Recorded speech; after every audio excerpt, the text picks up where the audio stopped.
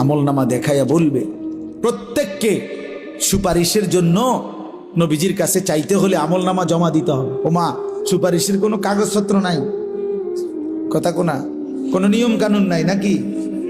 হ্যাঁ, কোনো ফাইল জমা দিতে হবে না তো?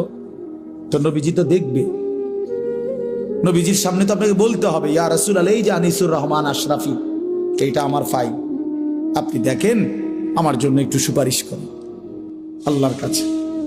আল্লাহর নবী দেখবে 30 বছর সুদের ব্যবসা, 60 বছর বয়স, 60 বছর পর্যন্ত বিড়ি সিগারেট খাইয়া গেছে। 30 বছর, 60 বছর বয়স, কোনদিন গালি ছাড়া কথা বলে নাই। ছেলেটা বেনামাজি, মেয়েটা বেপর্দা, স্ত্রী বেপর্দা, মৃত্যু পর্যন্ত আমার উম্মতের ঘরে প্রতিদিন